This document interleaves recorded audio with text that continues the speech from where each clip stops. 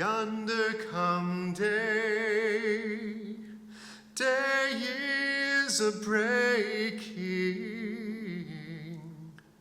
Yonder come day, oh my soul. Yonder come day, day is a breaking. Sun is arising in my soul. Yonder come day, day is a breaking. Yonder come day, oh my soul. Yonder come day, day is a breaking. Sun is arising in my soul. Oh, well, yonder come day, day is a breaking. Yonder come day, oh my soul. Yonder come day, day is a breaking, sun is arising in my soul. Oh, well, yonder come day, day is a breaking, yonder come day, oh my soul. Yonder come day, day is a breaking, sun is arising in my soul. Oh, yonder come day, yonder, oh my soul. Yonder sun is arising in my soul. Oh, well, yonder oh my soul. Oh, sun is arising in my soul.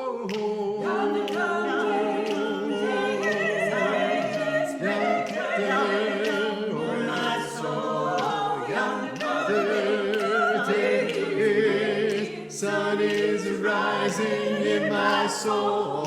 Yonder come day, day is a breaking. Yonder come day, oh my soul. Yonder come day, day is a breaking. Sun is rising in my soul.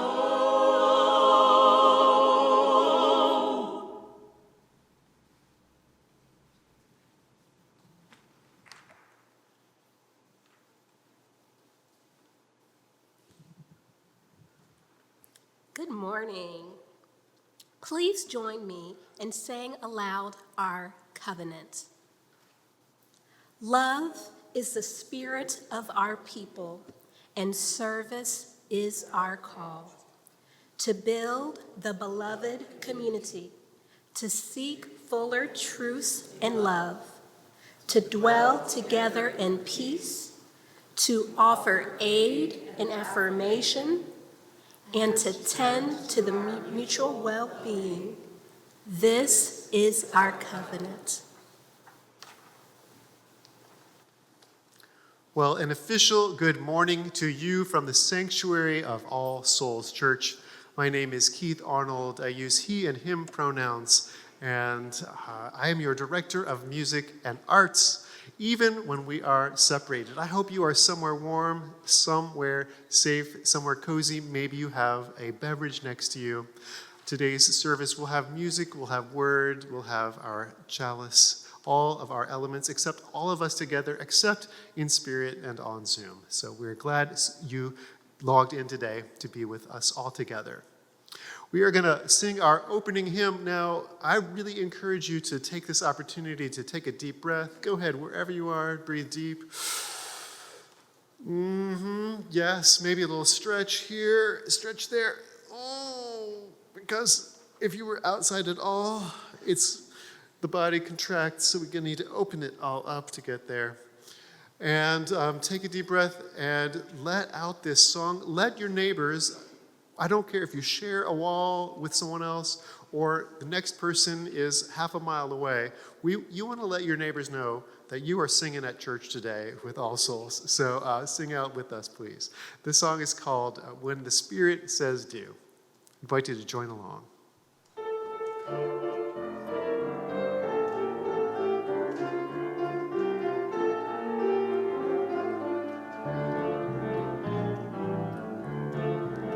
You've got to do when the Spirit says do. You've got to do what the Spirit says do. When the Spirit says do, you got to do, oh Lord. You got to do when the Spirit says do.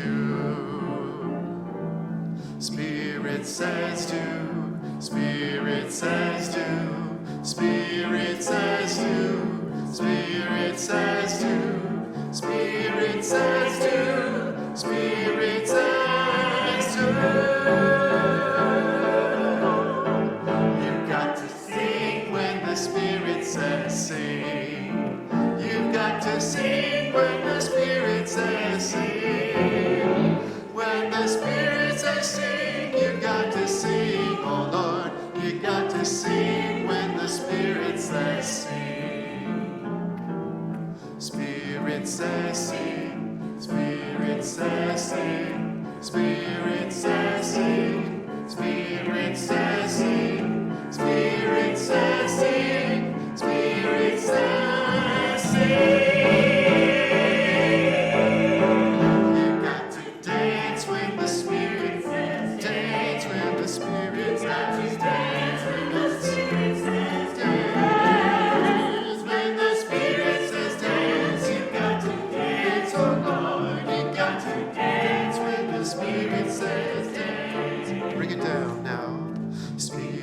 A little more. Spirit says dance. Spirit says dance. Spirit says dance. Spirit says dance. Spirit says dance. Got to do when the Spirit says do. You got to do when the Spirit says do. When the Spirit says do.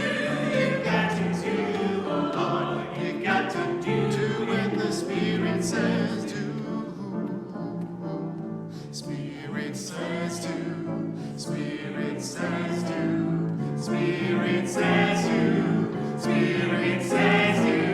Spirit says do. Spirit says do.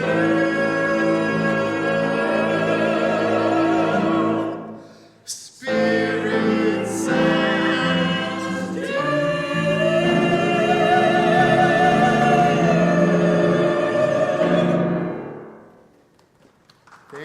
Thank you for singing along.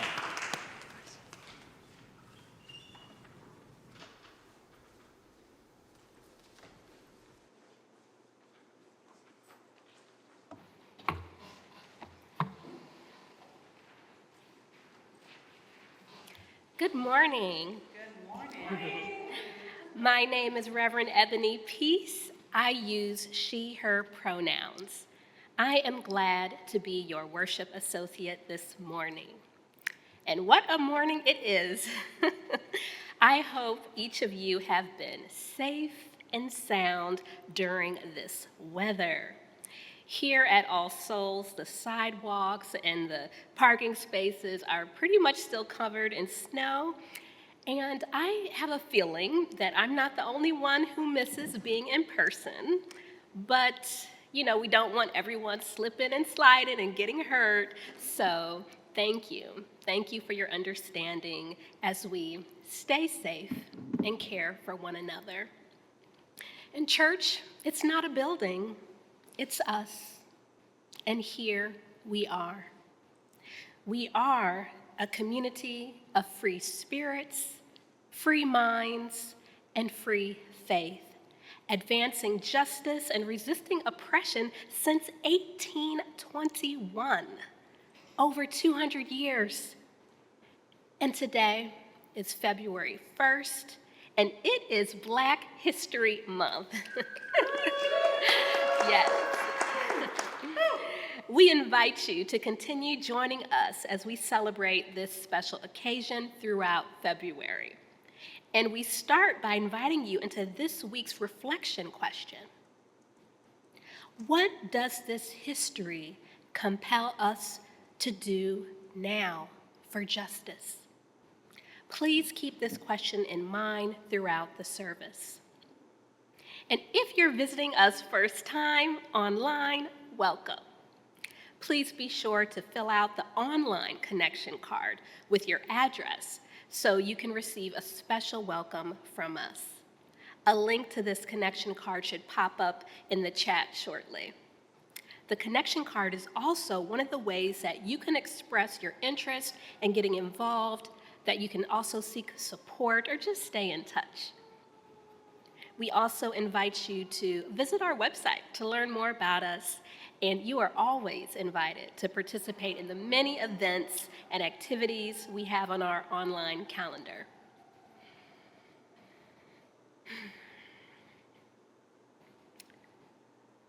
Let's shift to our moment of conscience.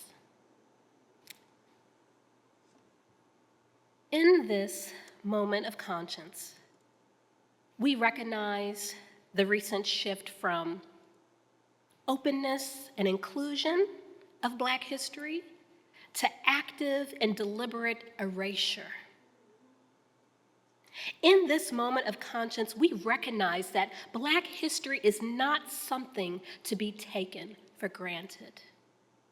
From the removal of museum exhibits and artifacts and the National Museum of African American History and Culture, to the restoration of Confederate monuments and the federal government's removal of online pages and information that highlight the contributions of Black and other minority service members. If we're not careful, it could transform from active erasure to completely becoming illegal. And if you've watched the news as I have, you know without a doubt that this is not a far-fetched scenario. So as we dive into our Black History Month celebrations, we hold this joyous occasion on one side while also holding the very real and dangerous attacks on Black people on the other side. Not just Black people, but Black history and the future of Black Americans in the United States. And we are grateful for the Black Souls, one of our affinity groups here at All Souls.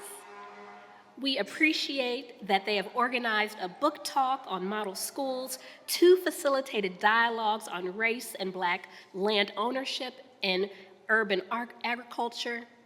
We also hope that you'll join us for these enrichment events that they have coordinated, and also for the celebration of Paula Cole Jones and her racial justice leadership. And finally, our worship services, please join us for the next few weeks in which we have enthusiastically honored Black History Month. So let's take a breath. And now it's our time to breathe in and breathe out some joy for one another. I invite you to turn on that little gallery view toggle on your laptops, phones, and give everyone a wave. Happy Black History Month, All Souls.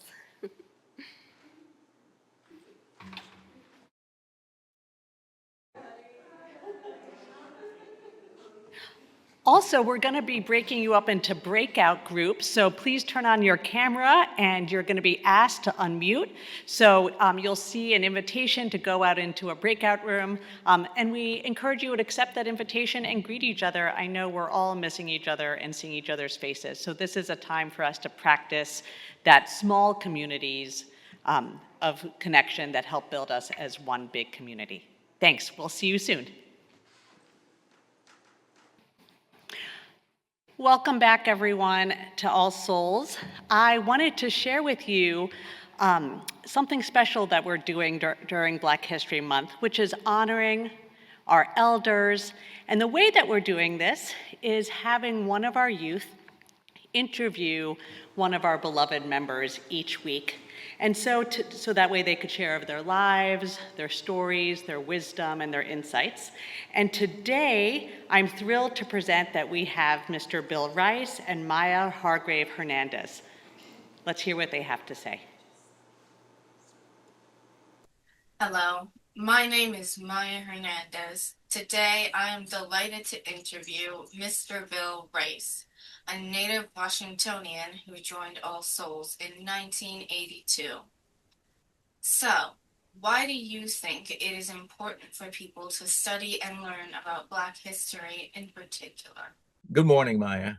The history of African Black people in what became America and the history of European white people in America began in the early 1600s.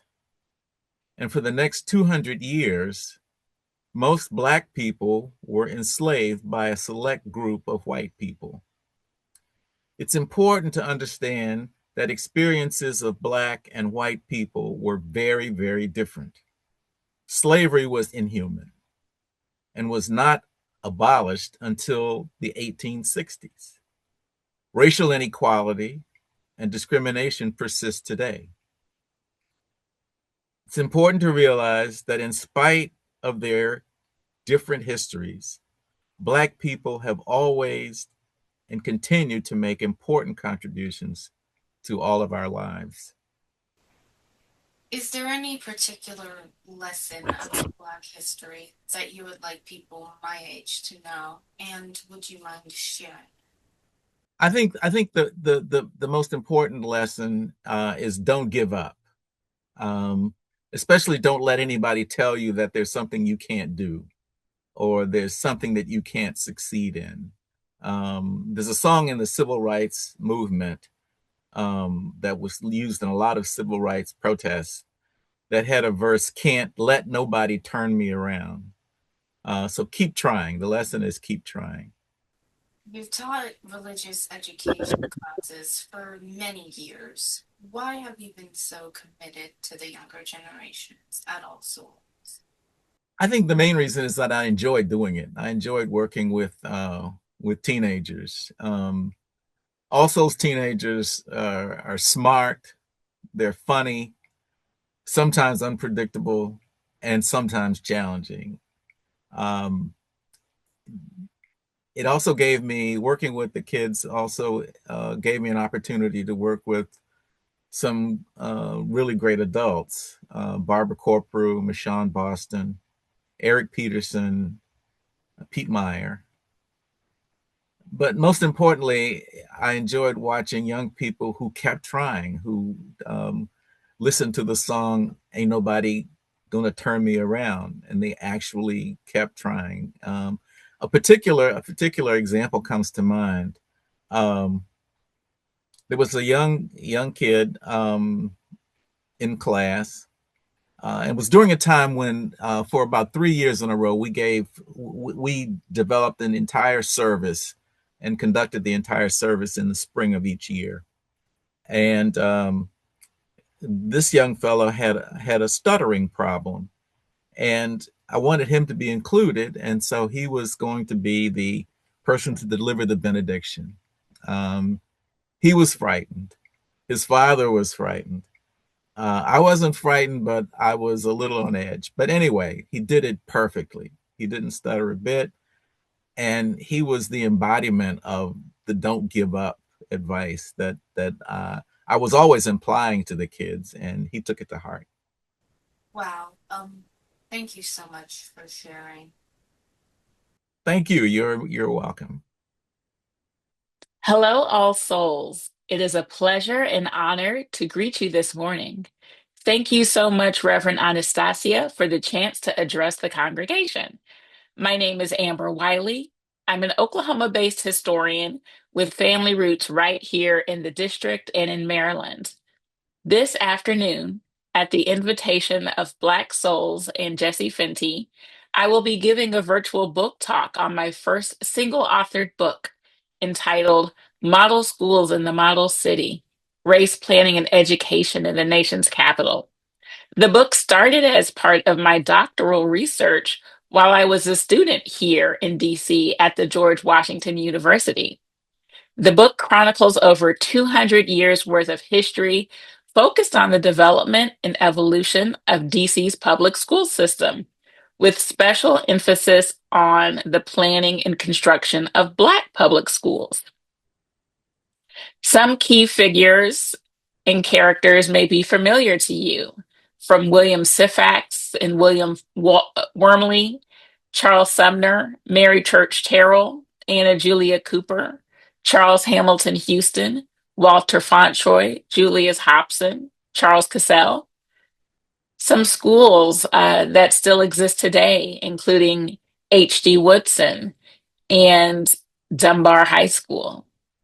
Other schools that are covered have been lost to the history books, like the Wallach School or Shaw. To find out more, feel free to join us after service via Zoom, via the link that is dropped into the chat box, or you can use the QR code here on your screen. Thank you and have a wonderful service.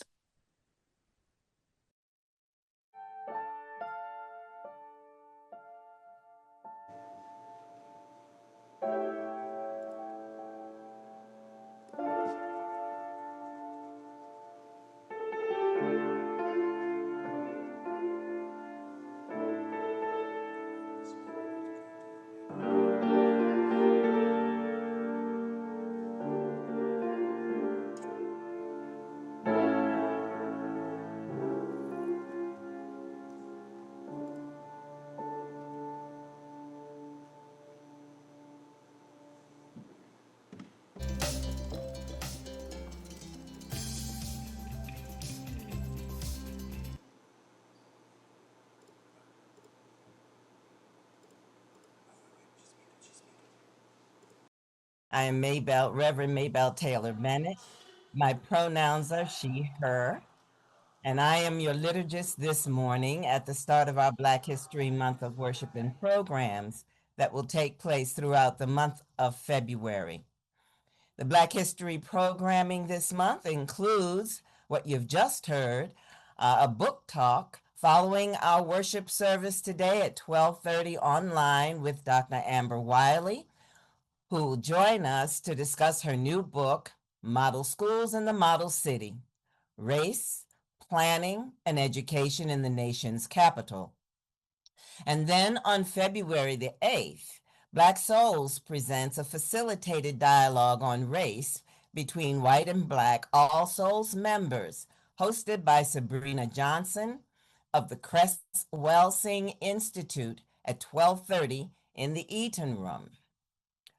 On February 15th, Black Souls presents a conversation with Mekhizaji Aksum, hope I didn't butcher that name too badly, Director of Urban Agriculture at the University of the District of Columbia, who will discuss Black land loss and best practices in urban gardening to maximize health and prosperity.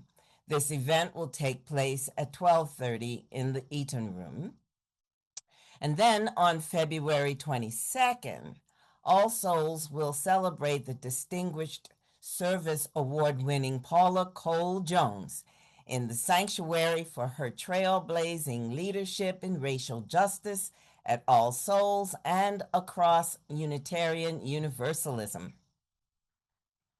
Now, at All Souls, we frequently have multiple worthwhile events that take place at the same time, and today is no exception.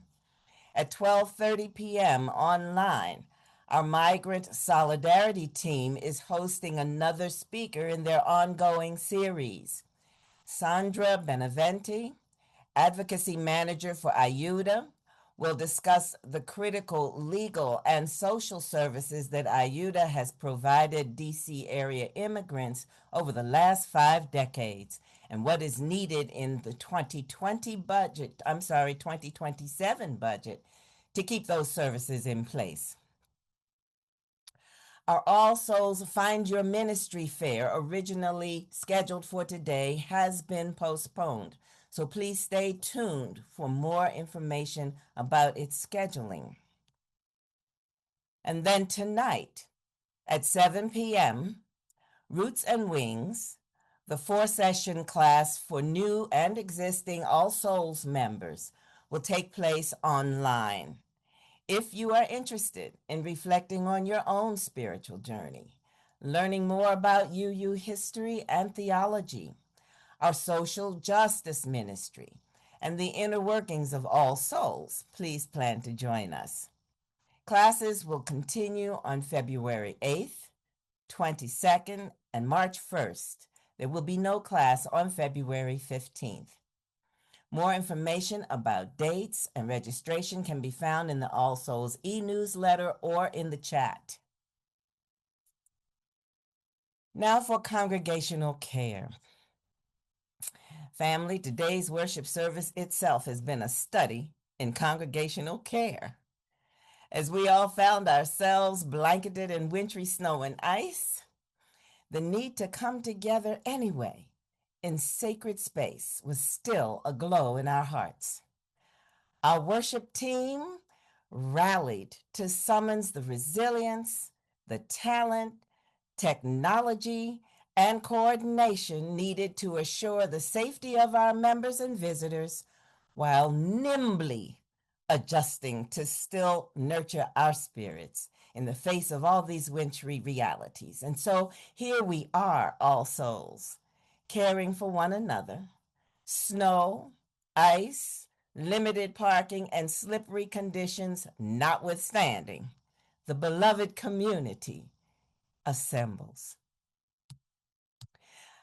I invite you to lift up in prayer today all those who are showing up to protect our people and our democracy.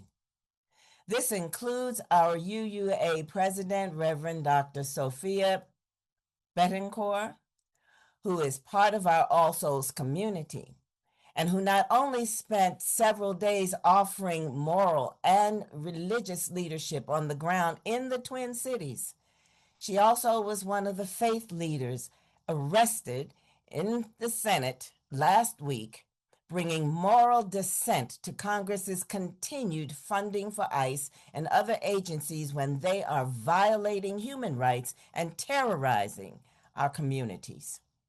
We are grateful that Reverend Bettencourt is now safely at home. And if that were not enough to appreciate and celebrate, Reverend Bettencourt was in the past 2 weeks bestowed the Faith Leader Award from the National LGBTQ Task Force. We are grateful for her and for her ministry. Let us pray. Holy One, we come together this morning in gratitude for the gift of life and for one another. We send loving energies to those for whom the weather conditions have posed problems and threatened their safety. Our essential workers, others who have had to brave the wintry conditions out of necessity, and those whose limited means have exposed them to danger. We remember those within our community who are sick and transitioning, the loving families and friends who are supporting and comforting them, and the medical teams whose expertise attends them.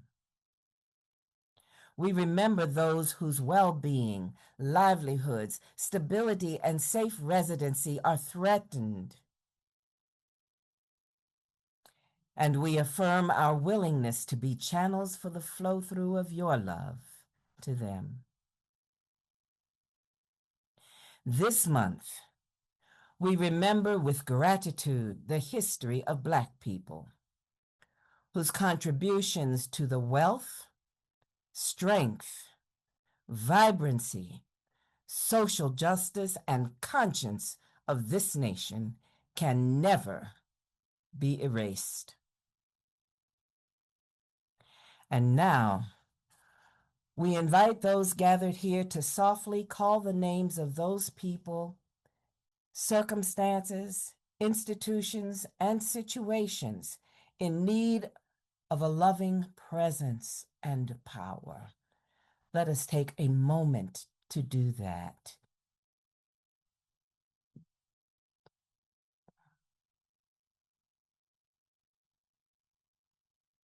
And now we gently release all those named into your divine care. Ashe and Amen.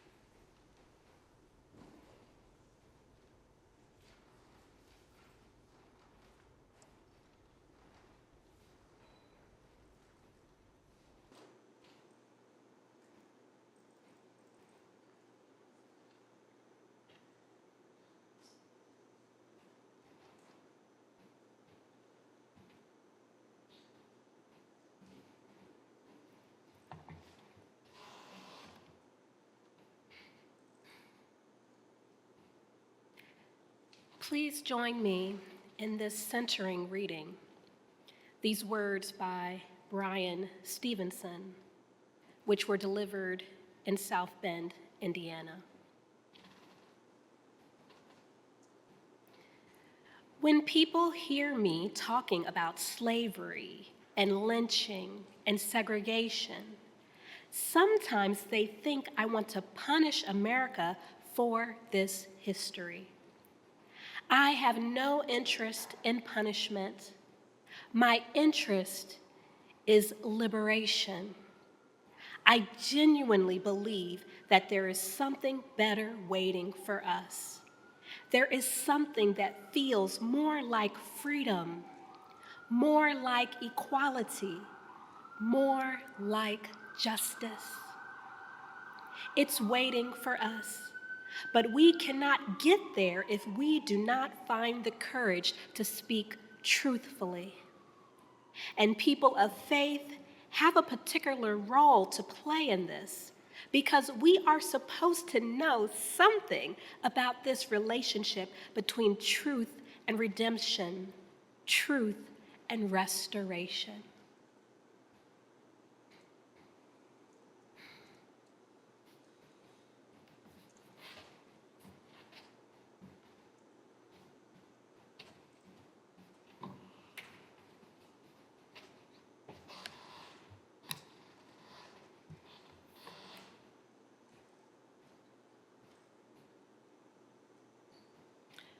As we gather this morning, I want to begin by naming where we are in the calendar and in the story of our country. February is Black History Month, a time not only to celebrate Black brilliance, resilience, and leadership, but to also tell the truth of the moral history of the United States. Not the comforting version, and certainly not the Trump version, but the version that helps us understand how we arrived at this moment. Black history is not separate from American history. It is American history, and it is not over. It lives in our institutions, our policies, our neighborhoods, our courts, and in the quiet assumptions many of us carry. So this sermon is about history and this moment, about the long arc of racial injustice and the urgent realities of racial profiling, ICE detention centers, mass incarceration. It is shaped by the moral vision of Bryan Stevenson and the work of the Equal Justice Initiative. Because, as Stevenson said, quote, "We cannot understand the problems of the present without understanding the history of racial injustice in this country." Unquote. I love understanding origin stories. They're always my favorite movies. And a maximum security prison in rural Georgia was the place where everything changed for Bryan Stevenson. He was still a law student, interning with a human rights organization at the time, and felt unqualified to help the man on death row that he was about to meet. When the shackled man entered the room, Stevenson nervously informed him that he was not at risk of being executed in the coming year. The man embraced Stevenson, and their 1-hour scheduled meeting turned into one of those glorious 3-hour conversations. And as Stevenson said, we just started talking, and I forgot that I was a law student and that he was a condemned person on death row. But the more remarkable thing happened when the prison guards broke up that meeting and started to roughly push the condemned man out of the room and back down the hallway towards his cell. The man closed his eyes and threw back his head and started singing a hymn. I'm pressing on the upward way, new heights I'm gaining every day. Still praying as I'm onward bound, Lord, plant my feet on higher ground. Some 50 years after meeting in Georgia, people asked Stevenson about the secret to his success. He founded the Equal Justice Initiative, which provides legal representation to people who have been illegally convicted, unfairly sentenced, or abused in state and federal jails and prisons. He and his staff have won reversals, relief, and even release from prison for hundreds of clients. The Equal Justice Initiative has challenged the death penalty and excessive punishment and has provided re-entry assistance for formerly incarcerated people. He won landmark cases at the US Supreme Court, and his memoir, Just Mercy, was adapted into a feature film with actor Michael B. Jordan starring as Stevenson. Not bad. But Stevenson said he's been able to find success for his clients not simply because he worked hard or had the right strategy. The beloveds, those are also important. Justice doesn't come just easily. He said, "It is because I got close to a condemned man, close enough to hear his song." And what I believe is that in poor communities all across the world, in places there is suffering, in places where people have been marginalized in jails and prisons, in places where people have been oppressed and pushed down, there are still songs to be sung. He continues, "When you get proximate, you hear the songs. And those melodies and those songs will empower you. They will inspire you. And they will teach you what doing justice and loving mercy is all about." So let me tell you what I learned last week when I got proximate to the struggle in Minneapolis and its neighboring communities, and how it connects to American legacies of both injustice and justice making. We have to think about where our country, the United States, really began. And it was with an insidious creation myth, one that absolved white settlers of the genocide of Native Americans. And it was that creation myth that instilled this false belief that non-white people are less human than white people, and therefore can be done onto. Attacked, removed, their land taken with impunity. In Minneapolis, it was clear how deeply central the First Nation people were to this resistance, the Dakota in particular. Members of their community came forward to share how for more than 200 years, they had been in continual resistance to military occupation of their land, which is interesting how we're using that language now, how Minneapolis are using that language like this was a new thing that just occurred. And also how they had been working to protect their people from state violence. It was shared that they had personal examples of people that they knew and how, in the greatest of ironies, Native Americans were also being rounded up by ICE and Border Patrol and flown off. The disappearance of Native Americans is not new. So they have a long history of community patrolling, of regular people taking shifts to look out for one another.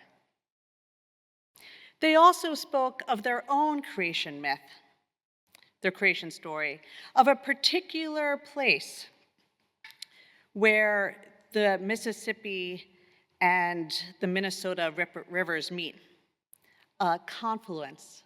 And it is in that place of confluence that they believe all of creation began, where the land was first formed.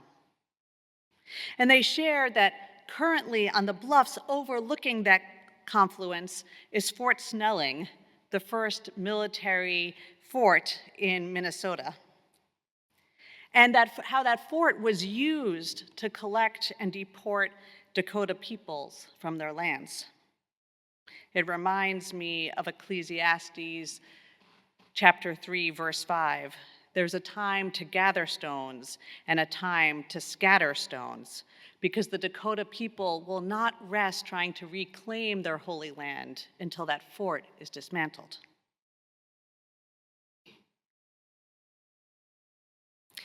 The Equal Justice Initiative has documented how today, 163 years after the Emancipation Proclamation, how too little has been done to address the legacy of slavery and its continuing impacts on contemporary life. Let us remember how after the Civil War, Confederate veterans, former enslavers, and other white leaders organized a reign of terror to enshrine white supremacy, nullify Black voting, and exploit Black labor. White perpetrators of lawlessness and lawless violence against formerly enslaved people were almost never held accountable. Instead, they were often celebrated, given more authority. White people could effectively have any Black person swept up and incarcerated for any reason, effectively enslaving them again for something as little as resting in a park. The constitutional amendments designed to provide Black people with equal protection were effectively nullified. And our courts then, as they are now, did little to protect those rights. In Minneapolis, we see that due process, the prohibition against search and seizure, access to an attorney and court, the right to free speech, and the right to protest are all regularly trampled over. Once our rights are diminished, they're so easily taken away. One of the things that was often shared with us by those who were organizing in Minneapolis, they had to say it over and over again, speaking to us honestly, that there was no zero-risk place in the city. So they'd say, we'll help you assess the risks, but you should know there is no zero-risk place. Now, the highest risked place they thought that they could safely take us, because there are many places that they could not safely take us, like the Whipple Detention Center, was the airport.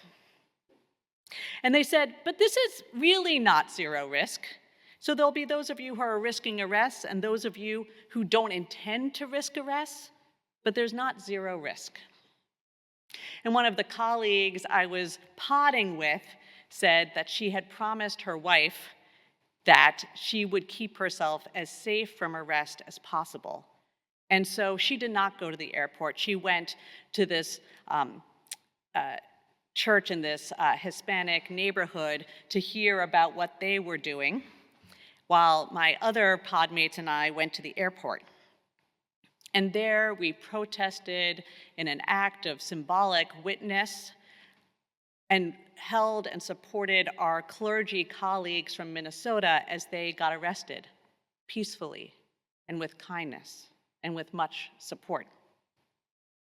Later, before we even left the airport, we got a text from our friend who had gone to that basement saying that she was under lockdown.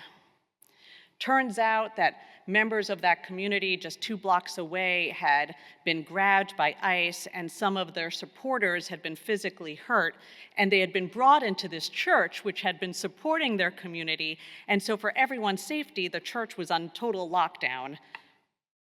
Building closed, lights off, they were keeping quiet while they provided care, and she didn't know when that would end.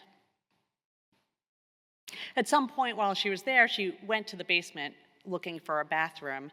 And as she walked through the basement area, she saw that there were beds set up there with those curtains that you draw around like beds in the hospital, because she knew that they had been prepared for moments like this many times before. There is no zero risk.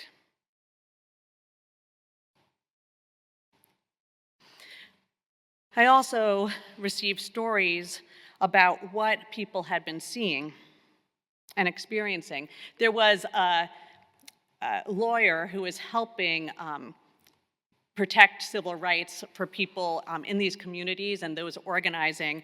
And at some point, ICE came to someone's home to deport them. And there was an organizer there who called one of their lawyer friends to come and help. And while the lawyer was just asking questions such as, do you have a warrant? Can I see a warrant? Can we verify this? We get information or present documentation that this person is a citizen? That lawyer was pepper sprayed 9 times in that home, in the face. Most abductions in Minneapolis happen in about 60 seconds.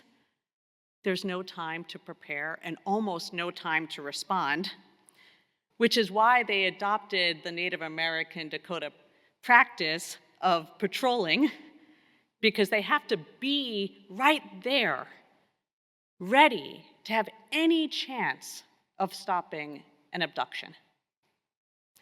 I'll just say, in 60 seconds, someone has barely time to say that if they have identification, much less to pull it out and to have it be verified.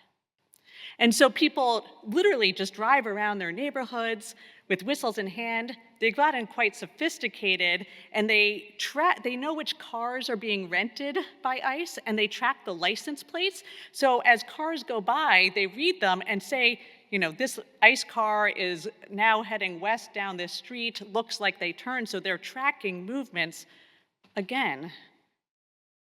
So that way there can be eyes on the scene, documentation of where it's happening, and any chance of finding out where people are being taken.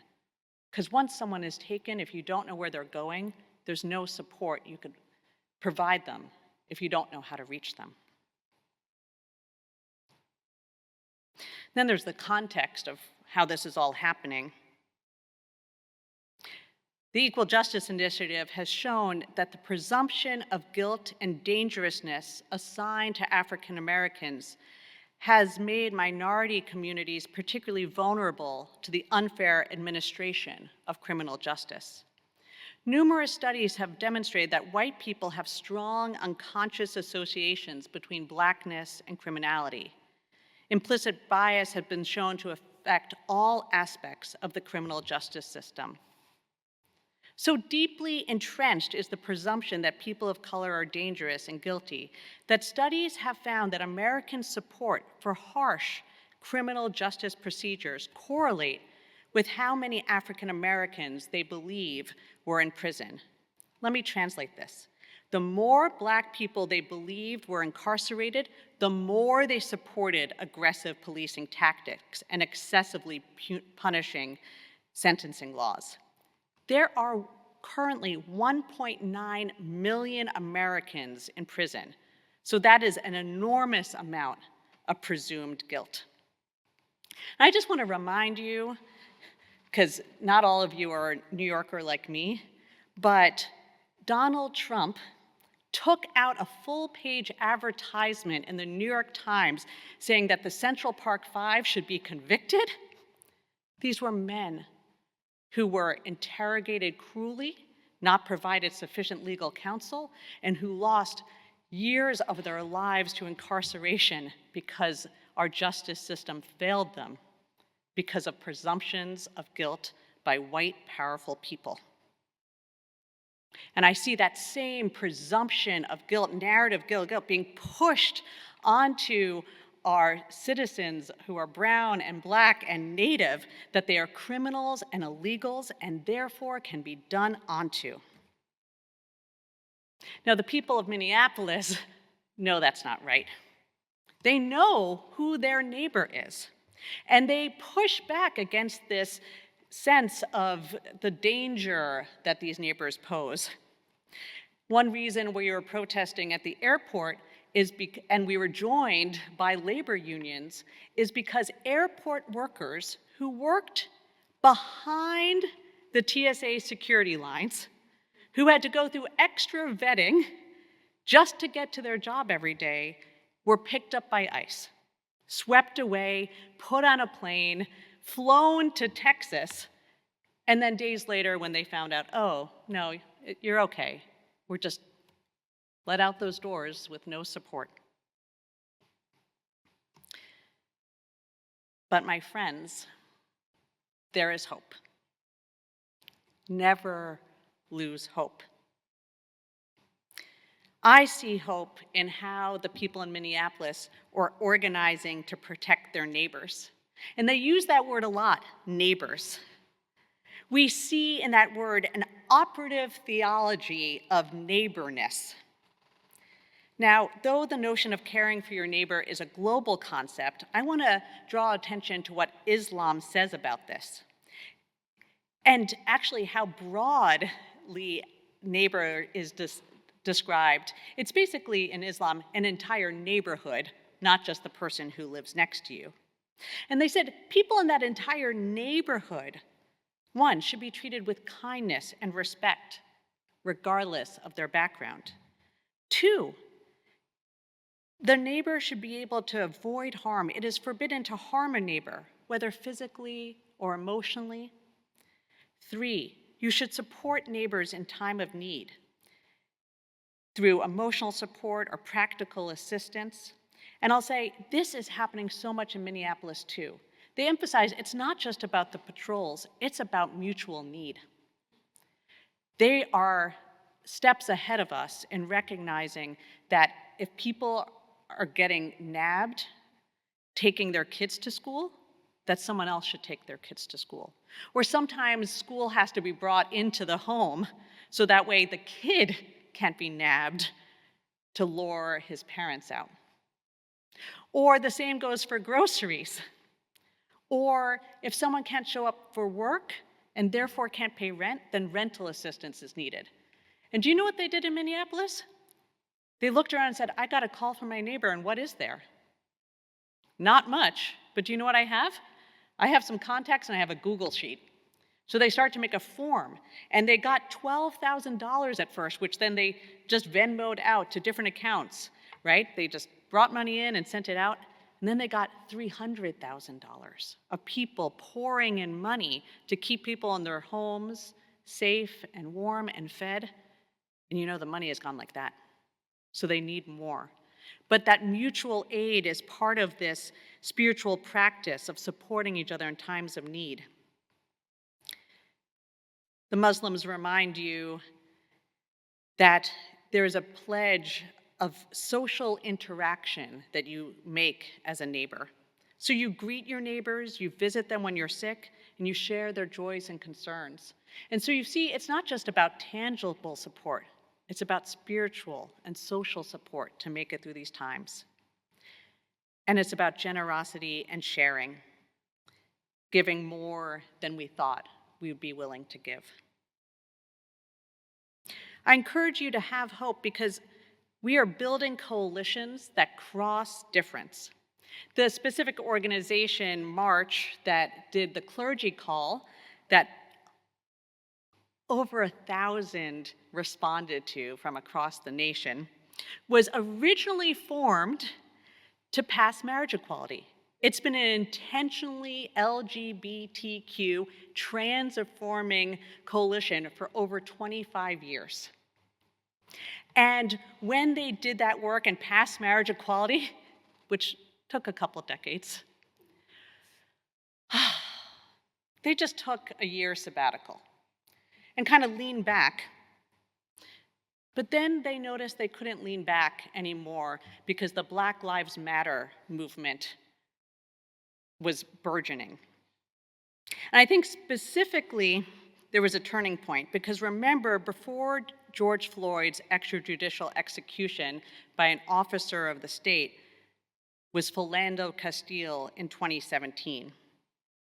And when a Minnesota jury found the police officer who killed Philando during a routine traffic stop not guilty, his mother, Valerie, spoke these anguished words, "You could be next." And so March was fully in on the Black Lives Matter movement, and I'll just say, they kept saying to us over and over again, thank you for coming, and I hope you came because you know you will be next. And so they actually organized all these things, not because they needed our support. though it relieved their spirit to know that they had it. And we were able to do some powerful things together. They did it because they wanted to help us be prepared.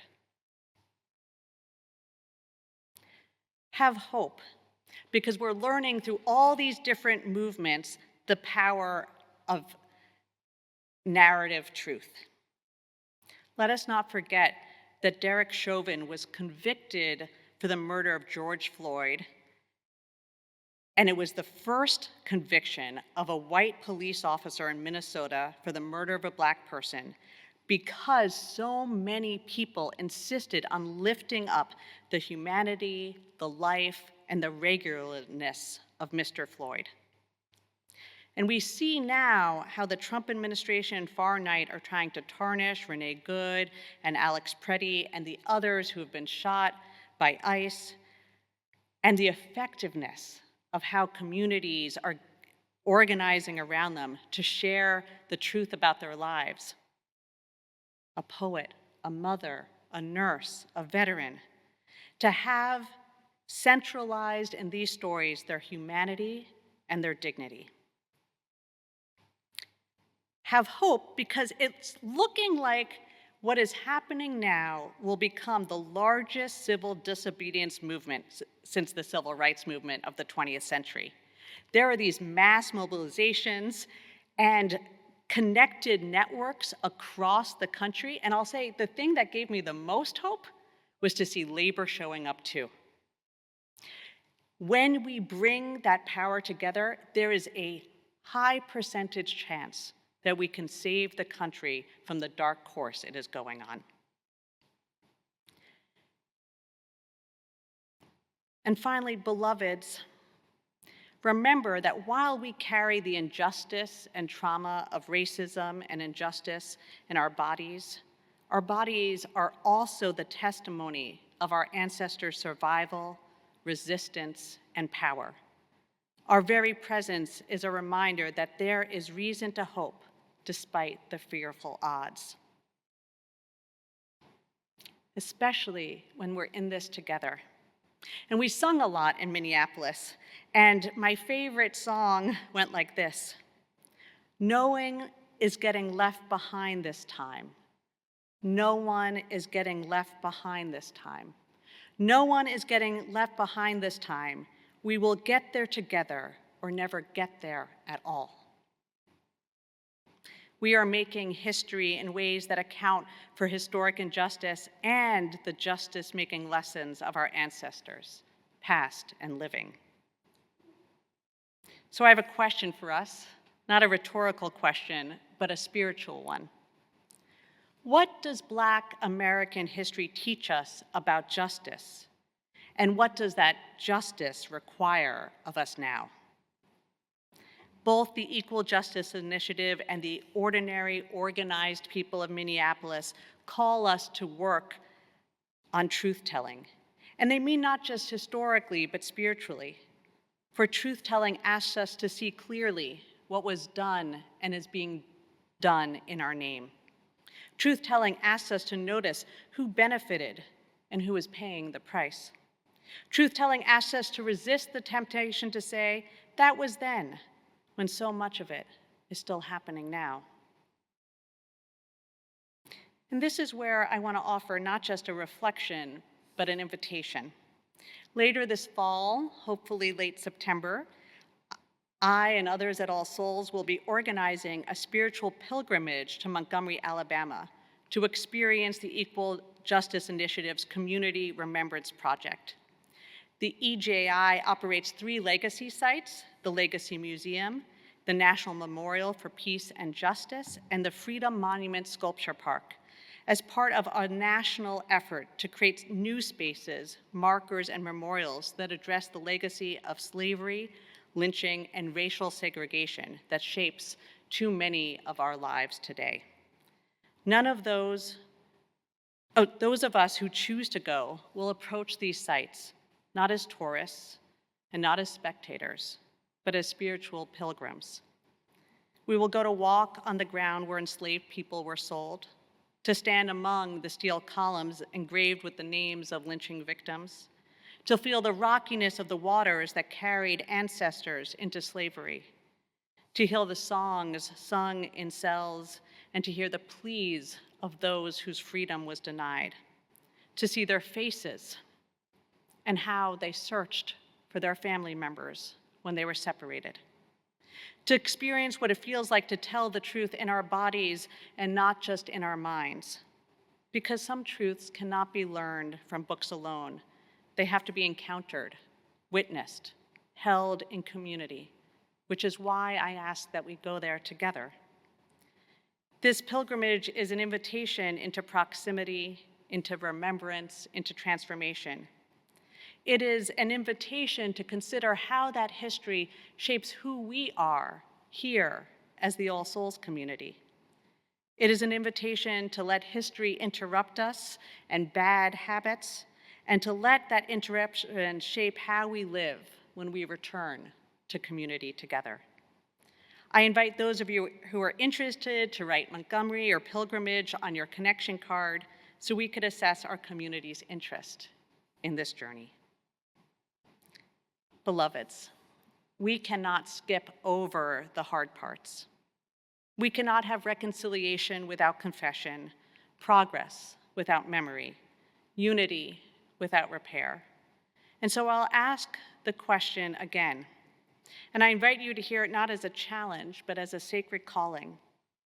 What does Black American history teach us about justice, and what does justice require of us now? What truth are you being asked to honor?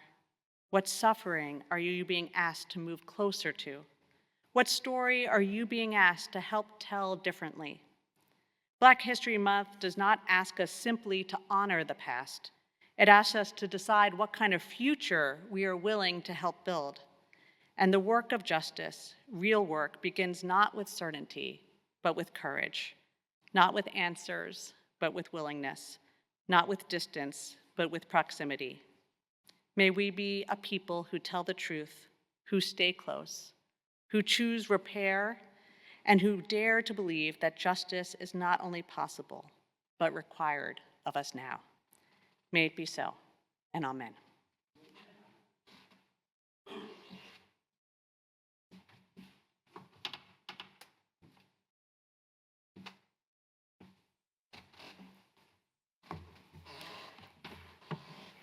I would like to draw your attention to the connection card and this week's question. What does this history compel us to do now for justice? As the music plays, you're invited to contemplate and reflect on how you would answer this question. You can also use this time to complete your connection card virtually online.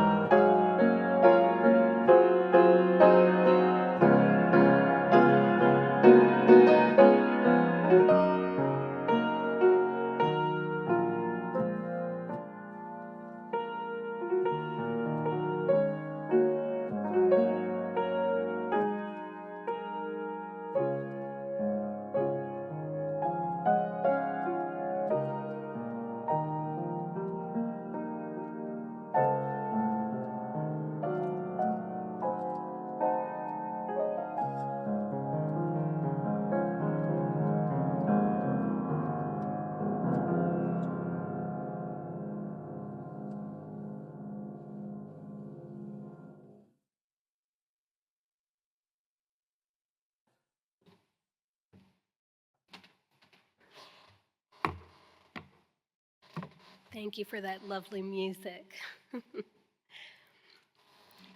This month, we are sharing 50% of our non-pledge plate offerings with Mamato Village.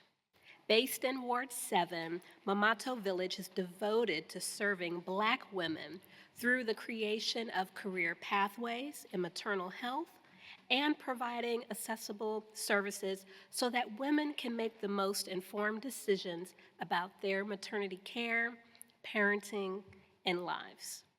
You can learn more about them at mamatovillage.org.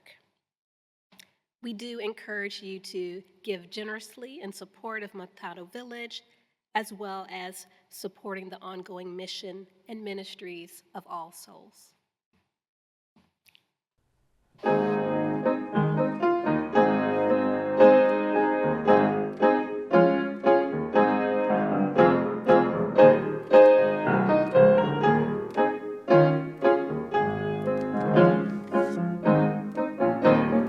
Guide my feet while I run this race.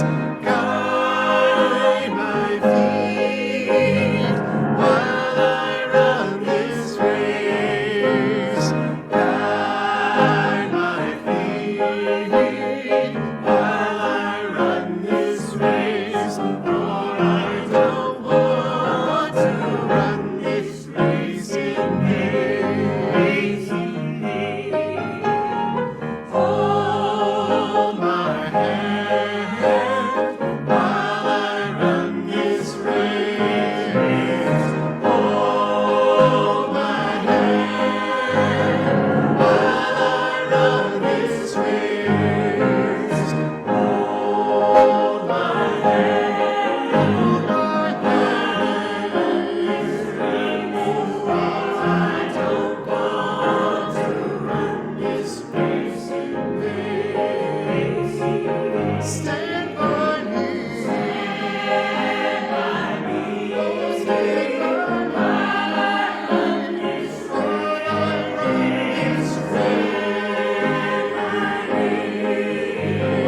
While I run this race. Stand by me. Run this race. For I don't want to run this race in vain. Oh, for I don't want to run this race in vain. Race in vain.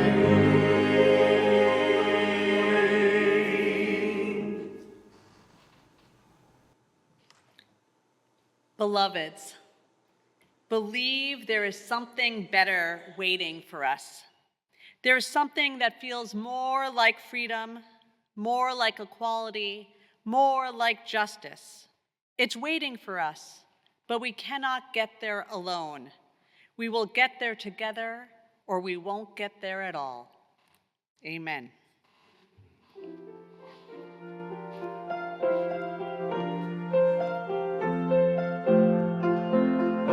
Lift every voice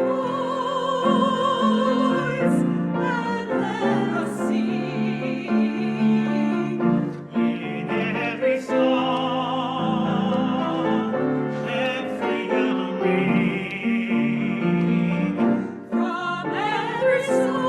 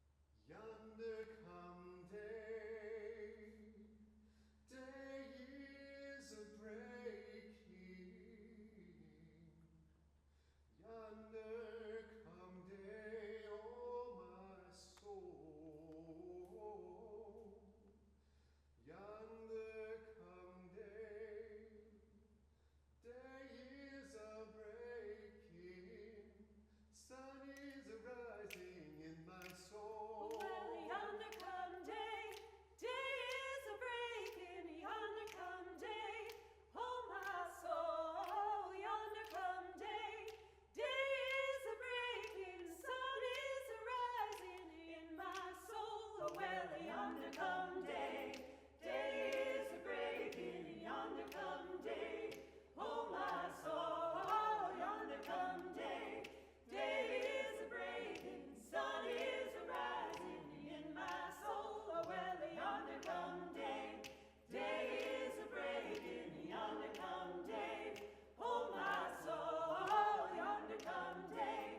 Day is a breaking, sun is a rising in my soul. Oh, well, Yonder come day, yonder, oh my soul, yonder, sun is a rising in my soul. oh, well, yonder come day. Day is a Oh my breaking, soul, yonder come day. oh, sun is a rising in my soul. Yonder come day. Day is a breaking, yonder come day. Oh, my soul, yonder come day. Day is a breaking, sun is a rising in my soul. Well, yonder come day. Day is a breaking, yonder come day. Oh, my soul, yonder come day. Day is a breaking, sun is a rising in my soul.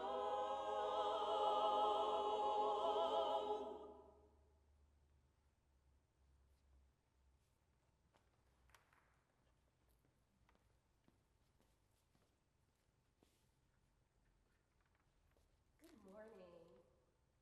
Please join me in saying aloud our covenant.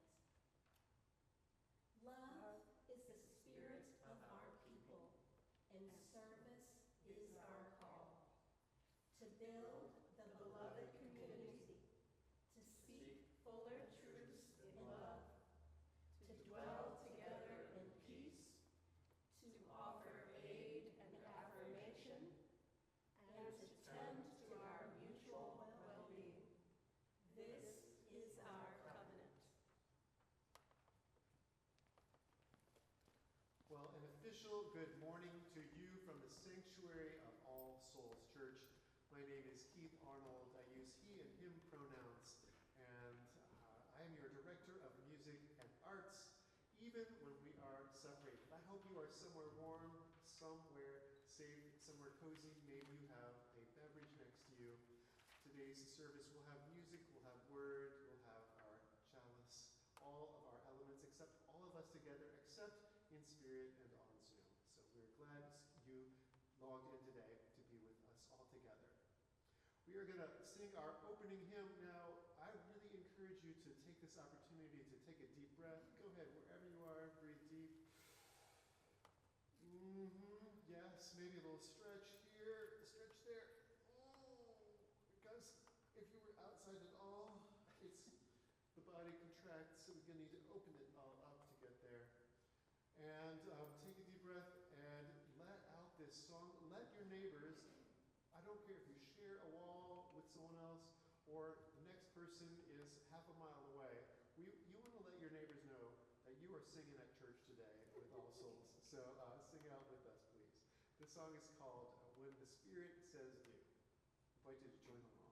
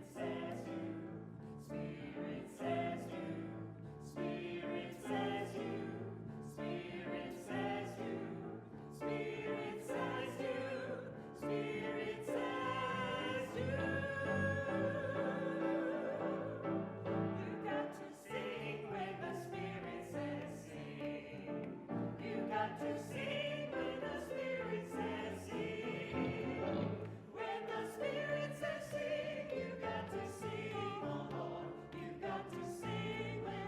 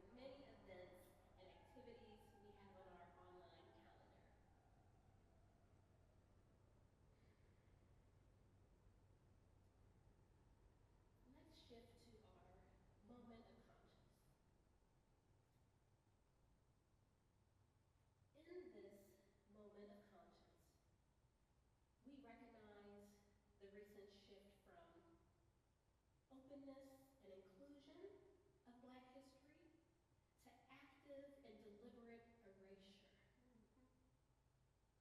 In this moment of conscience, we recognize that Black history is not something to be taken for granted. From the removal of museum exhibits and artifacts and the National Museum of African American History and Culture, to the restoration of Confederate monuments and the federal government's removal of online pages and information that highlight the contributions of Black and other minority service members. If we're not careful, it could transform from active erasure to completely becoming illegal. And if you watch the news as I have, you know without a doubt that this is not a far-fetched scenario. So as we dive into our Black History Month celebrations, we hold this joyous occasion on one side while also holding the very real and dangerous attacks on Black people on the other side. Not just Black people, but Black history and the future of Black Americans in the United States. And we are grateful for the Black Souls, one of our affinity groups here at All Souls. We appreciate that they have organized a book talk on model schools, 2 facilitated dialogues on race and Black land ownership in urban agriculture. We also hope that you'll join us for these enrichment events that they have coordinated, and also for the celebration of Paula Cole Jones and her racial justice leadership. And finally, our worship services, please join us for the next few weeks in which we have enthusiastically honored Black History Month. So let's take a breath. And now, it's our time to breathe in and breathe out some joy for one another. I invite you to turn on that little gallery view toggle on your laptops, phones, and give everyone a wave. Happy Black History Month, All Souls. Hello. Hi, everybody. Hi, everybody. Also, we're going to be breaking you up into breakout groups, so please turn on your camera and you're going to be asked to unmute. So you'll see an invitation to go out into a breakout room, and we encourage you to accept that invitation and greet each other. I know we're all missing each other and seeing each other's faces, so this is a time for us to practice that small communities of connection that help build us as one big community. Thanks, we'll see you soon.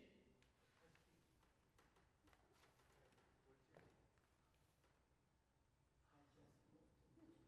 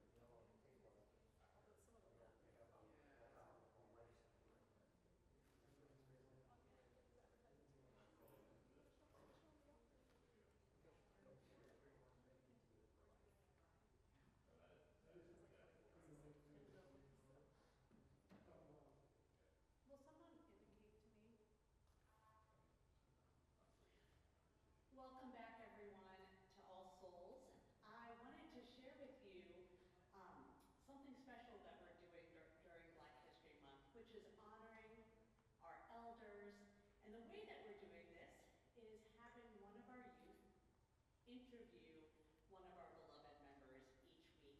And so that way they can share their lives, their stories, their wisdom, and their insights. And today, I'm thrilled to present that we have Mr. Bill Rice and Maya Hargrave Hernandez. Let's hear what they have to say.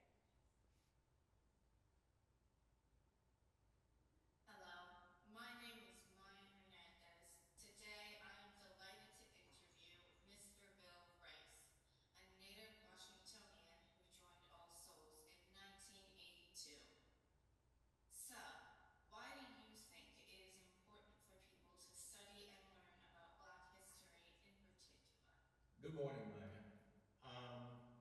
The history of African Black people in what became America and the history of European white people in America began in the early 1600s. And for the next 200 years, most Black people were enslaved by a select group of white people.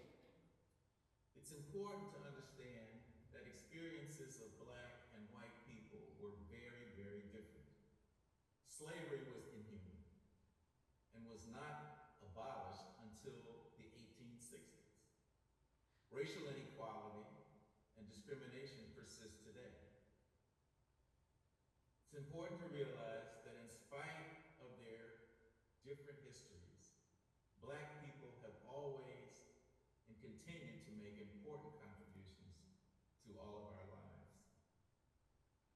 Is there any particular lesson in Black history that you would like people my age to know, and would you like to share? I think the most important lesson is don't give up. Especially don't let anybody tell you that there's something you can't do or there's something that you can't succeed in. There's a song in the civil rights movement that was used in a lot of civil rights protests that had a verse, "Can't let nobody turn me around." So keep trying. The lesson is keep trying. You've taught religious education classes for many years.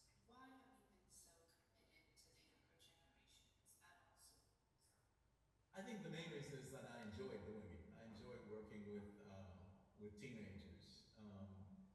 Also, teenagers are smart, they're funny, sometimes unpredictable, and sometimes challenging. It also gave me, working with the kids also gave me an opportunity to work with some really great adults. Barbara Corcoran, Sean Boston, Eric Peterson, Pete Meyer.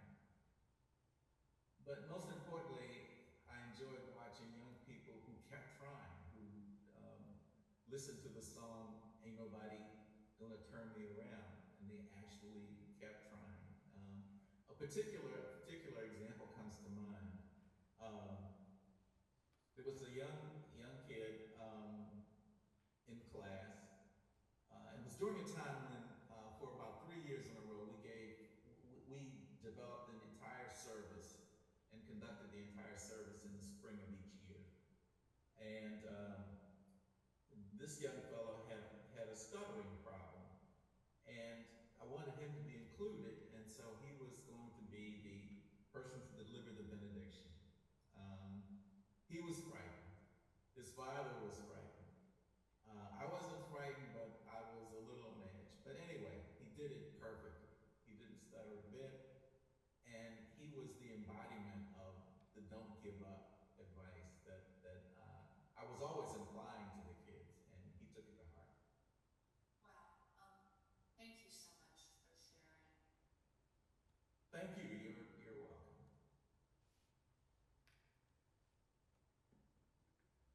Hello, All Souls. It is a pleasure and honor to greet you this morning. Thank you so much, Reverend Anastasia, for the chance to address the congregation. My name is Amber Wiley. I'm an Oklahoma-based historian with family roots right here in the district and in Maryland. This afternoon, at the invitation of Black Souls and Jesse Fenty, I will be giving a virtual book talk on my first single-authored book entitled Model Schools in the Model City, Race Planning and Education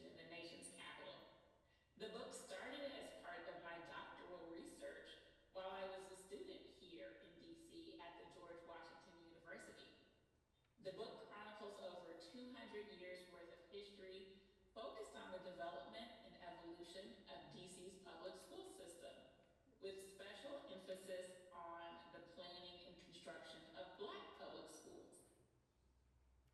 Some key figures and characters may be familiar to you, from William Sifax and William Wormley, Charles Sumner, Mary Church Terrell, Anna Julia Cooper, Charles Hamilton Houston, Walter Fauntroy, Julius Hobson, Charles Cassell. Some schools that still exist today, including H.D. Woodson and Dunbar High School. Other schools that are covered have been lost to the history books, like the Wallace School or Shaw.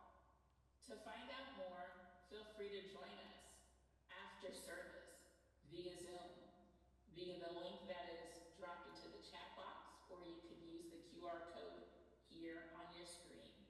Thank you and have a wonderful service.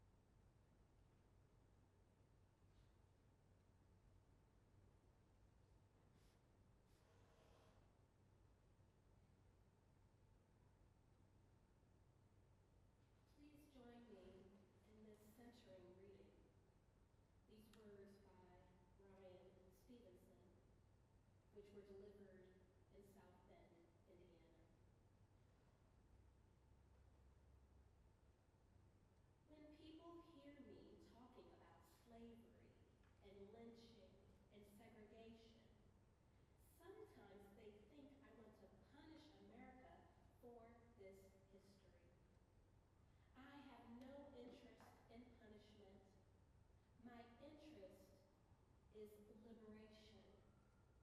I genuinely believe that there is something better waiting for us. There is something that feels more like freedom, more like equality, more like justice. It's waiting for us, but we cannot get there if we do not find the courage to speak truthfully. And people of faith have a particular role to play in this, because we are supposed to know something about this relationship between truth and redemption, truth and restoration.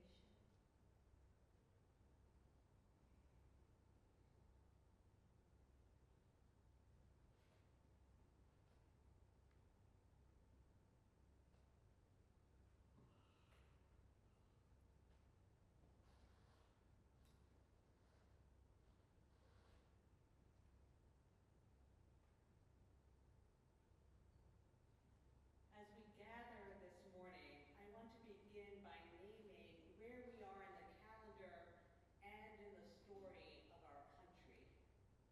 February is Black History Month, a time not only to celebrate Black brilliance, resilience, and leadership, but to also tell the truth of the moral history of the United States. Not the comforting version, and certainly not the Trump version, but the version that helps us understand how we arrived at this moment.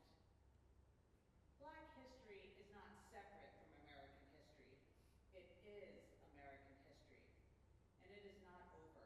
It lives in our institutions, our policies, our neighborhoods, our courts, and in the quiet assumptions many of us carry.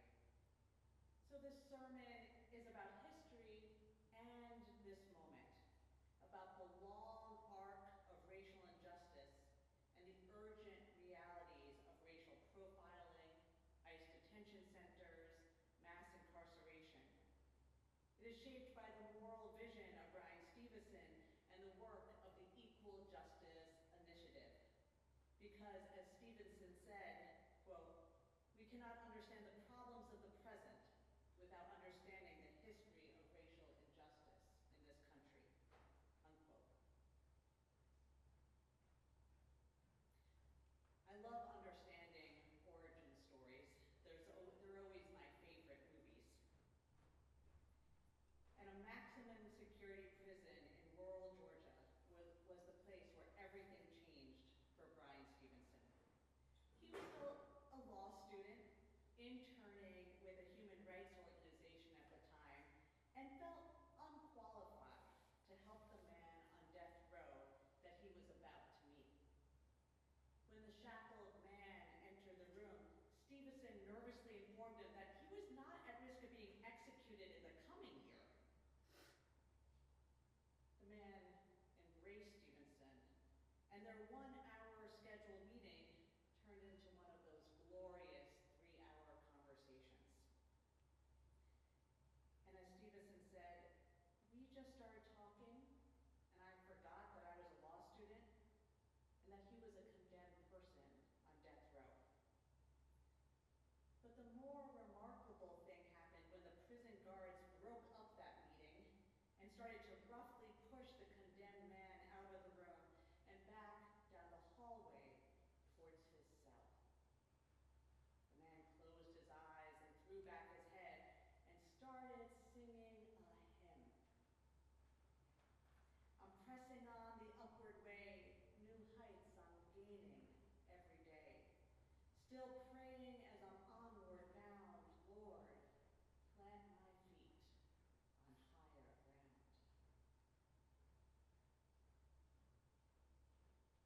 Some 50 years after meeting in Georgia, people asked Stevenson about the secret to his success. He founded the Equal Justice Initiative, which provides legal representation to people who have been illegally convicted, unfairly sentenced, or abused in state and federal jails and prisons. He and his staff have won reversals, relief, and even release from prison for hundreds of clients. The Equal Justice Initiative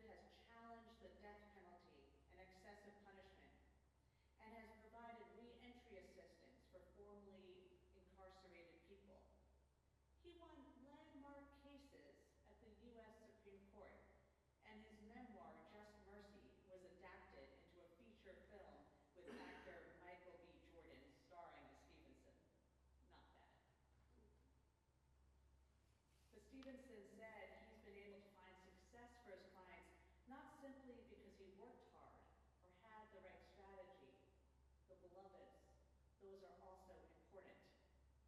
Justice doesn't come just easily. He said, "It is because I got close to a condemned man, close enough to hear his song." And what I believe is that in poor communities all across the world, in places there is suffering, in places where people have been marginalized in jails and prisons, in places where people have been oppressed and pushed down, there are still songs to be sung. He continues, "When you get proximate, you hear the songs. And those melodies and those songs will empower you. They will inspire you. And they will teach you what doing justice and loving mercy is all about." So let me tell you what I learned last week when I got proximate to the struggle in Minneapolis and its neighboring communities, and how it connects to American legacies of both injustice and justice making. We have to think about where our country, the United States, really began. And it was with an insidious creation myth, one that absolved white settlers of the genocide of Native Americans. And it was that creation myth that instilled this false belief that non-white people are less human than white people, and therefore can be done onto, attacked, removed, their land taken with impunity. In Minneapolis, it was clear how deeply central the First Nation people were to this resistance, the Dakota in particular. Members of their community came forward to share how for more than 200 years, they had been in continual resistance to military occupation of their land, which is interesting how we're using that language now, how Minneapolis are using that language like this was a new thing that just occurred. And also how they had been working to protect their people from state violence. It was shared that they had personal examples of people that they knew and how, in the greatest of ironies, Native Americans were also being rounded up by ICE and Border Patrol and flown off. The disappearance of Native Americans is not new. So they have a long history of community patrolling, of regular people taking shifts to look out for one another. They also spoke of their own creation myth, their creation story, of a particular place where the Mississippi and the Minnesota rivers meet, a confluence. And it is in that place of confluence that they believe all of creation began, where the land was first formed. And they share that currently on the bluffs overlooking that confluence is Fort Snelling, the first military fort in Minnesota. And how that fort was used to collect and deport Dakota peoples from their lands. It reminds me of Ecclesiastes chapter 3, verse 5. There's a time to gather stones and a time to scatter stones, because the Dakota people will not rest trying to reclaim their holy land until that fort is dismantled.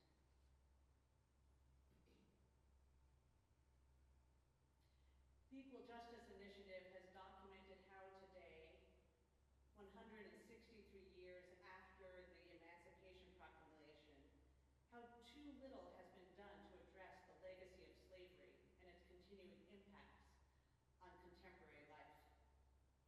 Let us remember how after the Civil War, Confederate veterans, former enslavers, and other white leaders organized a reign of terror to enshrine white supremacy, nullify black voting, and exploit black labor. White perpetrators of lawlessness and lawless violence against formerly enslaved people were almost never held accountable. Instead, they were often celebrated, given more authority,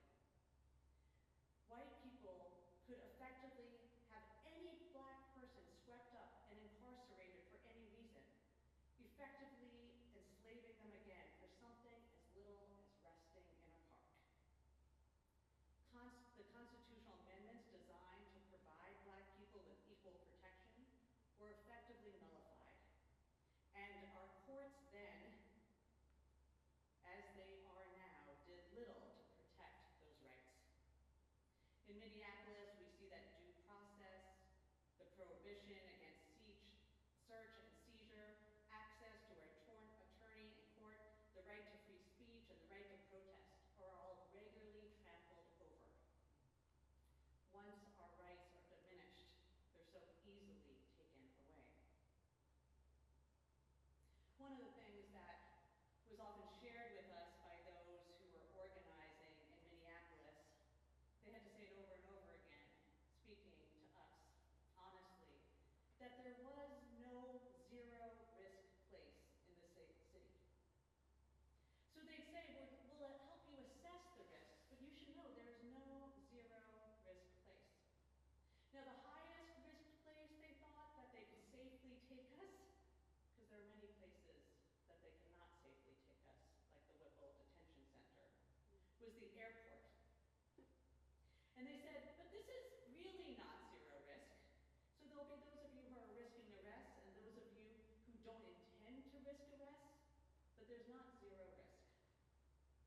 And one of the colleagues I was potting with said that she had promised her wife that she would keep herself as safe from arrest as possible. And so she did not go to the airport. She went to this church in this Hispanic neighborhood to hear about what they were doing, while my other podmates and I went to the airport. And there we protested in an act of symbolic witness and held and supported our clergy colleagues from Minnesota as they got arrested peacefully and with kindness and with much support.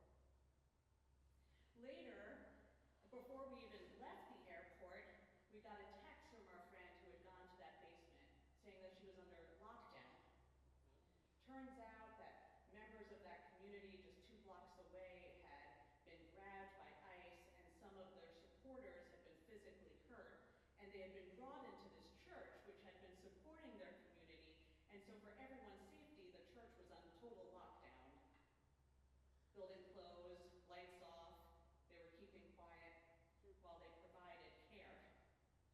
And she didn't know when that would end. At some point while she was there, she went to the basement looking for a bathroom. And as she walked through the basement area, she saw that there were beds set up there with those curtains that you draw around like beds in the hospital, because she knew that they had been prepared for moments like this many times before. There is no zero risk.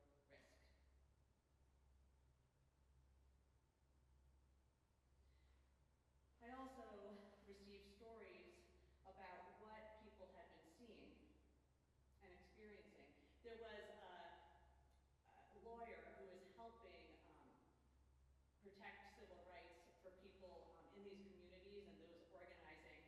And at some point, ICE came to someone's home to deport them. And there was an organizer there who called one of their lawyer friends to come and help. And while the lawyer was just asking questions such as, do you have a warrant? Can I see a warrant? Can we verify this? Can we get information or present documentation that this person is a citizen? That lawyer was pepper sprayed 9 times in that home, in the face. Most abductions in Minneapolis happen in about 60 seconds. There's no time to prepare and almost no time to respond, which is why they adopted the Native American Dakota practice of patrolling, because they have to be right there, ready to have any chance of stopping an abduction. I'll just say, in 60 seconds, someone has barely time to say that if they have identification, much less to pull it out and to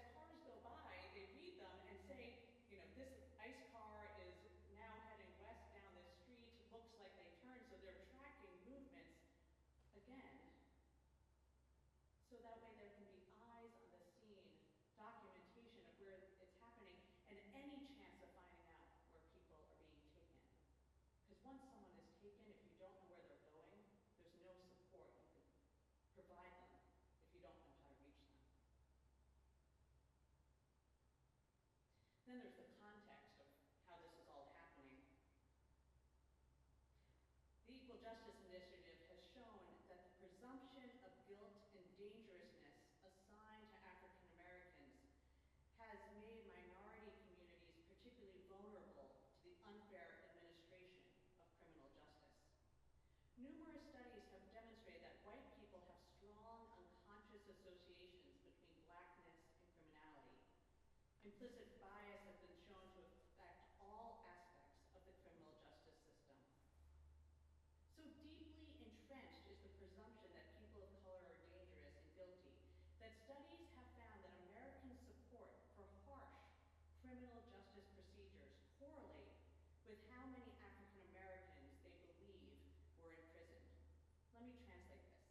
The more Black people they believed were incarcerated, the more they supported aggressive policing tactics and excessively punishing sentencing laws. There are currently 1.9 million Americans in prison. So that is an enormous amount of presumed guilt. And I just want to remind you, because not all of you are New Yorker like me, but Donald Trump took out a full-page advertisement in the New York Times saying that the Central Park Five should be convicted. These were men who were interrogated cruelly, not provided sufficient legal counsel, and who lost years of their lives to incarceration because our justice system failed them because of presumptions of guilt by white, powerful people. And I see that same presumption of guilt, narrative guilt, being pushed onto our citizens who are brown and Black and Native, that they are criminals and illegals and therefore can be done onto. Now, the people of Minneapolis know that's not right. They know who their neighbor is, and they push back against this sense of the danger that these neighbors pose. One reason we were protesting at the airport and we were joined by labor unions is because airport workers who worked behind the TSA security lines, who had to go through extra vetting just to get to their job every day, were picked up by ICE, swept away, put on a plane, flown to Texas, and then days later when they found out, oh, no, you're okay, we're just let out those doors with no support. But my friends, there is hope. Never lose hope. I see hope in how the people in Minneapolis are organizing to protect their neighbors. And they use that word a lot, neighbors. We see in that word an operative theology of neighborness. Now, though the notion of caring for your neighbor is a global concept, I want to draw attention to what Islam says about this. And actually how broad the neighbor is described. It's basically, in Islam, an entire neighborhood, not just the person who lives next to you. And they said people in that entire neighborhood, one, should be treated with kindness and respect, regardless of their background. Two, the neighbor should be able to avoid harm. It is forbidden to harm a neighbor, whether physically or emotionally. Three, you should support neighbors in time of need through emotional support or practical assistance. And I'll say, this is happening so much in Minneapolis too. They emphasize it's not just about the patrols, it's about mutual need. They are steps ahead of us in recognizing that if people are getting nabbed, taking their kids to school, that someone else should take their kids to school. Or sometimes school has to be brought into the home so that way the kid can't be nabbed to lure his parents out. Or the same goes for groceries. Or if someone can't show up for work and therefore can't pay rent, then rental assistance is needed. And do you know what they did in Minneapolis? They looked around and said, I got a call from my neighbor, what is there? Not much, but do you know what I have? I have some contacts and I have a Google sheet. So they started to make a form, and they got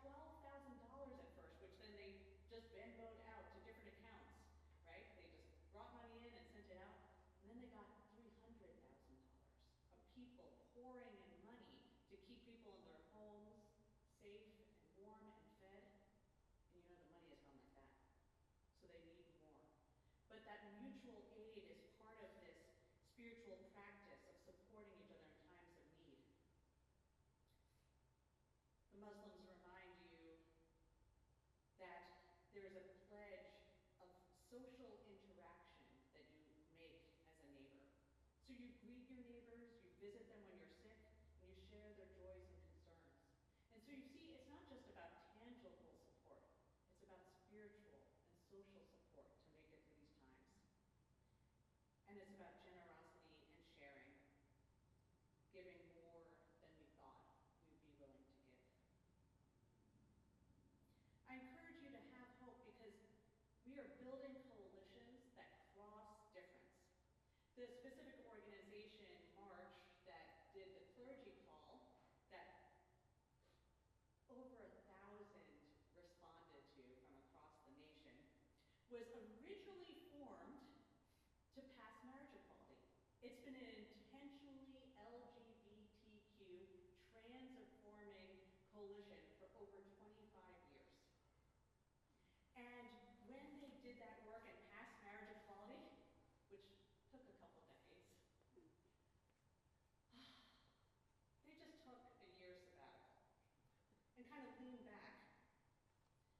But then they noticed they couldn't lean back anymore because the Black Lives Matter movement was burgeoning. And I think specifically there was a turning point because remember, before George Floyd's extrajudicial execution by an officer of the state was Philando Castile in 2017. And when a Minnesota jury found the police officer who killed Philando during a routine traffic stop not guilty, his mother, Valerie, spoke these anguished words: "You could be next." And so March was fully in on the Black Lives Matter movement, and I'll just say, they kept saying to us over and over again, "Thank you for coming, and I hope you came because you know you will be next." And so they actually organized all these things, not because they needed our support, that would relieve their spirit to know that they had it. And we were able to do some powerful things together. They did it because they wanted to help us be prepared. Have hope, because we're learning through all these different movements the power of narrative truth. Let us not forget that Derek Chauvin was convicted for the murder of George Floyd, and it was the first conviction of a white police officer in Minnesota for the murder of a Black person because so many people insisted on lifting up the humanity, the life, and the regularness of Mr. Floyd. And we see now how the Trump administration and far right are trying to tarnish Renee Good and Alex Preddy and the others who have been shot by ICE, and the effectiveness of how communities are organizing around them to share the truth about their lives. A poet, a mother, a nurse, a veteran, to have centralized in these stories their humanity and their dignity. Have hope, because it's looking like what is happening now will become the largest civil disobedience movement since the civil rights movement of the 20th century. There are these mass mobilizations and connected networks across the country, and I'll say the thing that gave me the most hope was to see labor showing up too. When we bring that power together, there is a high percentage chance that we can save the country from the dark course it is going on. And finally, beloveds, remember that while we carry the injustice and trauma of racism and injustice in our bodies are also the testimony of our ancestors' survival, resistance, and power. Our very presence is a reminder that there is reason to hope despite the fearful odds. Especially when we're in this together. And we sung a lot in Minneapolis, and my favorite song went like this: "No one is getting left behind this time. No one is getting left behind this time. No one is getting left behind this time. We will get there together or never get there at all." We are making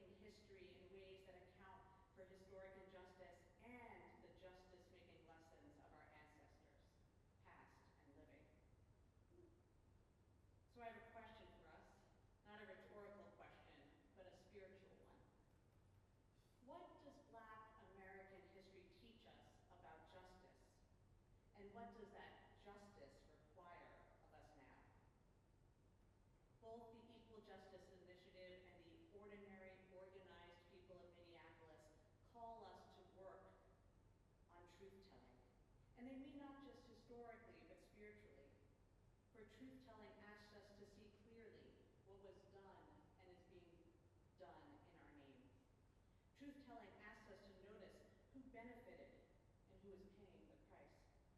Truth-telling asks us to resist the temptation to say, that was then, when so much of it is still happening now. And this is where I want to offer not just a reflection, but an invitation. Later this fall, hopefully late September, I and others at All Souls will be organizing a spiritual pilgrimage to Montgomery, Alabama, to experience the Equal Justice Initiative's Community Remembrance Project. The EJI operates 3 legacy sites: the Legacy Museum, the National Memorial for Peace and Justice, and the Freedom Monument Sculpture Park, as part of a national effort to create new spaces, markers, and memorials that address the legacy of slavery, lynching, and racial segregation that shapes too many of our lives today. None of those of us who choose to go will approach these sites not as tourists and not as spectators, but as spiritual pilgrims.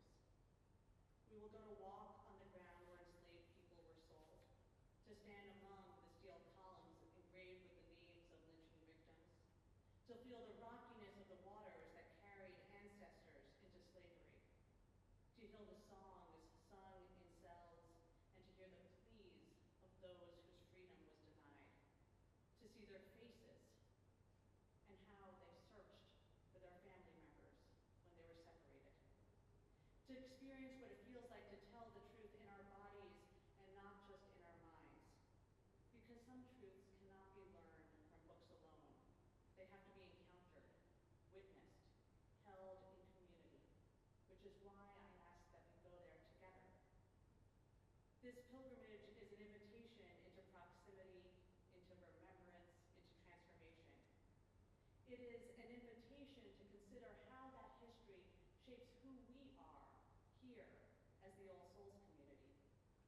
It is an invitation to let history interrupt us and bad habits, and to let that interruption shape how we live when we return to community together. I invite those of you who are interested to write Montgomery or pilgrimage on your connection card so we can assess our community's interest in this journey. Beloveds, we cannot skip over the hard parts. We cannot have reconciliation without confession, progress without memory, unity without repair. And so I'll ask the question again, and I invite you to hear it not as a challenge, but as a sacred calling. What does Black American history teach us about justice? And what does justice require of us now? What truth are you being asked to honor? What suffering are you being asked to move closer to? What story are you being asked to help tell differently? Black History Month does not ask us simply to honor the past. It asks us to decide what kind of future we are willing to help build. And the work of justice, real work, begins not with certainty, but with courage. Not with answers, but with willingness. Not with distance, but with proximity. May we be a people who tell the truth, who stay close, who choose repair, and who dare to